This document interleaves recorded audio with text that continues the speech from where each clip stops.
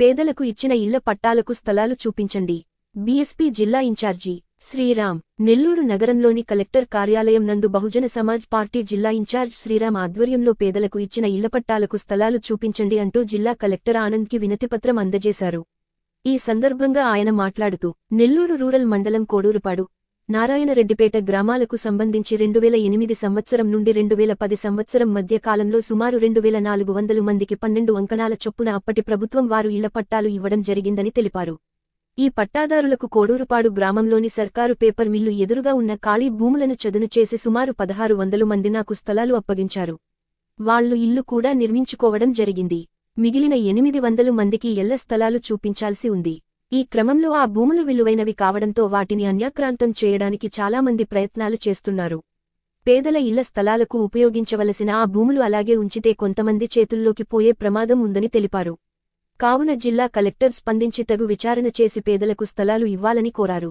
పై కార్యక్రమంలో బహుజన సమాజ్ పార్టీ జిల్లా incharge Sriram, state general secretary Janaki Prasad, Abdul Gani, Ashok, Anil, Srinivasulu తదితరులు పాల్గొన్నారు.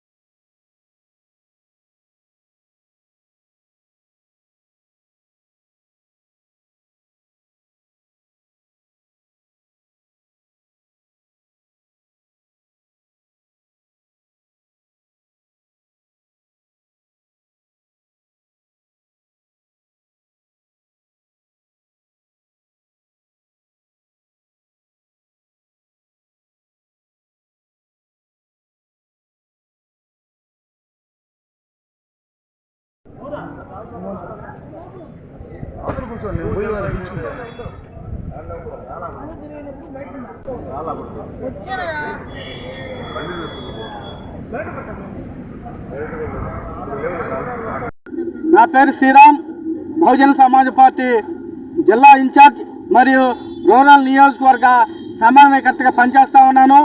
ఈరోజు నెల్లూరు రూరల్ ఉన్నటువంటి కోడూరుపాడు ఏదైతే ఉందో ఆ కోడూరుపాడు భూ సమస్యల మీద కలెక్టర్ గారికి రిప్రజెంటేషన్ ఇవ్వడం జరిగింది. 2008-10 ఆ టైంలో కోడూరుపాడు నారాయణపేట గ్రామాలకు సంబంధించి దాదాపు 2400 మందికి పట్టాలు ఇవ్వడం జరిగింది.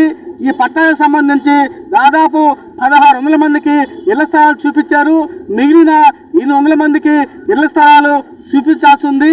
ఆ 800 మందికి ఇళ్ల స్థలాలు చూపించాలని చెప్పేసి కోడూరుపాడులోనే పేపర్ మిల్లులకు ఎదురుగా ఉన్నటువంటి ప్రభుత్వ భూమి అయితే ఏదైతే ఉందో ఆ భూమిని సర్వే చేసి ఆ భూమిలో ఈ 800 మందికి ఇళ్ల స్థలాలు కేటాయించాలని జిల్లా కలెక్టర్ గారిని మా పార్టీ తరఫున కోరటం జరిగింది.